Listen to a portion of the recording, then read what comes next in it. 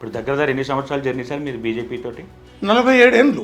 47 ఏళ్ళు. 47 సంవత్సరాలు. ఇప్పుడు మధ్యలో పార్టీ ఎందుకు మారారు సార్? పీఆర్పీకి ఎందుకు వెళ్ళారు? అప్పుడు చిరంజీవి గారు పార్టీ పెట్టినప్పుడు అంటే మీకేం నచ్చి పీఆర్పీలోకి వెళ్ళారు, మళ్ళీ బీజేపీలోకి రావడం గల కారణం ఏంటి? నేను పీఆర్పీలకు పోవడం అనేది నాది చారిత్రక తప్పిదం. టికెట్ ఆశించి వెళ్ళారు అప్పుడు మీరు? అవును. వచ్చిందా టికెట్? రాలేదు. కొద్ది కాలం వేచి చూసి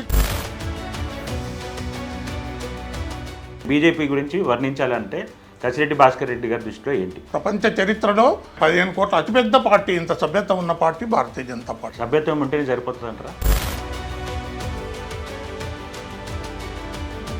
మన తెలంగాణలో ఎందుకని సార్ అంత అగ్రెసివ్గా ముందుకు వెళ్ళలేకపోతున్నారు? పశ్చిమ బెంగాల్లో ఏం లేకుండే, ఏమీ లేని చోట 82 సీట్లు. తెలంగాణలో ఎందుకు రావట్లేదు అంటున్నా? మీరు పశ్చిమ బెంగాల్ అవన్నీ చెప్పకండి.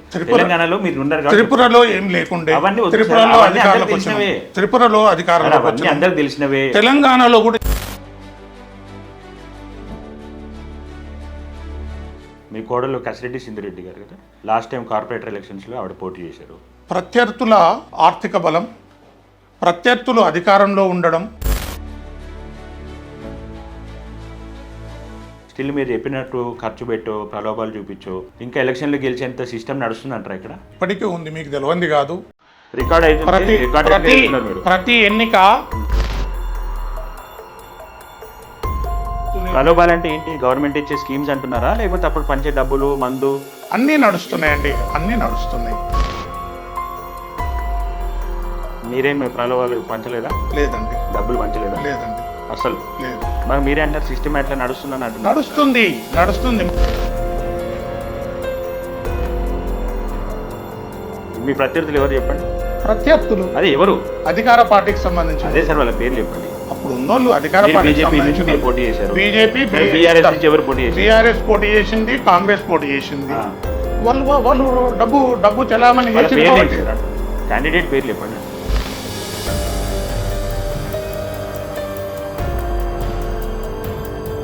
ఏమేమి సమస్యల మీద మీరు పోరాడుతుంటారు?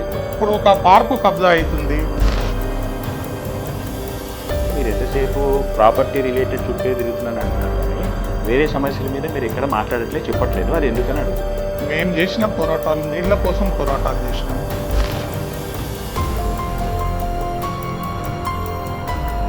ఇప్పుడు మీ మీద రీసెంట్గా ఒక మీడియా ఛానల్లో పెద్ద ఎలిగేషన్ వచ్చింది.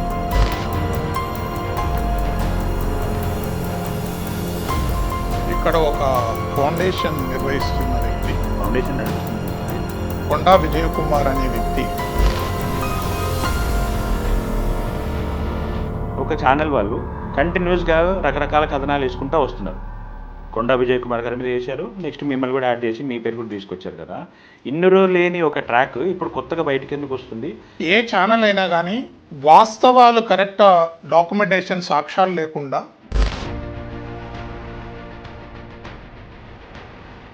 అంటే మీరు ఏమనుకున్నట్టు ఒక మాట అంట, కసిరెడ్డి భాస్కర్ రెడ్డి గారు కసిరెడ్డి కంప్లైంట్స్ రెడ్డి, ఆయన పొద్దున్న లేస్తే చేసేది ఇదే, ఫస్ట్ నుంచి చేస్తుంది ఇదే, కంప్లైంట్లు ఇస్తాడు. ఇక్కడ మీరు ఒక కంప్లైంట్ పెట్టే కానీ ఈ మనిషి మీ దగ్గరికి వచ్చి మీతో ఏదో మాట్లాడుకొని సెటిల్ చేసుకుంటాడు. ఇది ఒక విష ప్రచారం. ఎవరైనా మీ నియోజకవర్గంలో ఇల్లు కట్టుకోవాలనుకుంటే మీరంటే భయపడుతున్నట్ట. నేనంటే భయపడతారు, అక్రమాలు చేసే అధికారులు భయపడతారు, భూములు కబ్జా చేసేటోళ్ళు భయపడతారు, చెరువులు కబ్జా చేసేటోళ్ళు భయపడతారు. సరే సార్, మంచి దారిలోనూ ఏదో దారి సంపాదించారు కదా, ఒక 500 కోట్లు సంపాదించుంటారా? నా 40 సంవత్సరాల నా వ్యాపారంలో సంపాదించుకున్నా. ఇంత చేశారు కదా సార్, మీరు సాక్రిఫైస్ చేశారు, ప్రాపర్టీస్ కూడా అమ్ముతున్నారు కదా, మరి ఇద్దరు కనీసం ఒక చిన్న పదవి కూడా రాలేదు సార్ మీకు? అందుకు అందరికీ ఎప్పుడు అవకాశాలు వస్తాయంటే రాజకీయాలలో ఉన్న వాళ్ళందరికీ.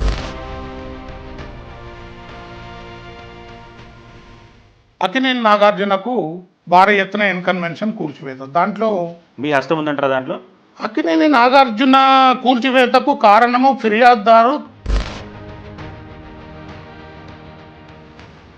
దీనిలో మీకు వచ్చే సంతోషం ఏంటి సార్ అసలు? ఇప్పుడు గవర్నమెంట్ ఫెయిల్ అయిందంటారా ఇవన్నింటిని మెయింటైన్ చేయడంలో? ఖచ్చితంగా అవగాహన లేకనా, లేకపోతే కావాలని డబ్బుల కోసమా? ఇప్పుడు గవర్నమెంట్ అధికారులు మీకు భయపడతారనేది బయట ఉన్న మాటకి మీరు ఆన్సర్ ఇచ్చిస్తున్నారు అయితే. అవును. ఒక ప్రభుత్వ అధికారి ఒక తప్పు చేశాడు, అది మీ దృష్టికి వచ్చింది. మీరు అదే ప్రభుత్వ అధికారిని పోయి బెదిరించేసి మీకు కావాల్సిన పనులన్నీ ఆయనతో ఇండైరెక్ట్గా చేయించుకుంటారు అనేది ఒక మాట. ఒక అధికారిని ప్రశ్నిస్తాం కాబట్టే ఇప్పుడున్న హైదరాబాద్ కలెక్టర్ హరిచందన, మీరు ఆన్ రికార్డెడ్ లైన్ ఒక గవర్నమెంట్ ఆఫీసర్ గురించి మాట్లాడుతున్నారు. అదే టీఆర్ఎస్ గవర్నమెంట్, కేటీఆర్ ఆధ్వర్యంలో కేటీఆర్, హరిచందన, ఇప్పుడున్న ఎమ్మెల్యే గాంధీ, ఈ ముగ్గురు కలిసి కాంగ్రెస్ పార్టీ మీద మీ ఒపీనియన్ ఏంటి? మతాల మధ్య చిచ్చు పెట్టి మతాల మీద చిచ్చు పెడుతున్న పార్టీ బీజేపీనే అని అంటా నేను, కాదంటారా మీరు? బీజేపీ ఎప్పుడు కూడా ఓట్ల కోసం రాజకీయాలు నడిచినన్ని రోజులు కేసీఆర్ గారు స్వార్థపరుడు, కేటీఆర్ గారు చెట్టు పేరు చెప్పి కాయలు అమ్ముకున్న వ్యక్తి. హరీష్ రావు గారు, హరీష్ రావు కష్టజీవి. ఆరిపూడి గాంధీ గారు, ఆయన ఏ పార్టీలో ఉన్నారు అనేది ఆయన్నే చెప్పలేకపోతున్నారు.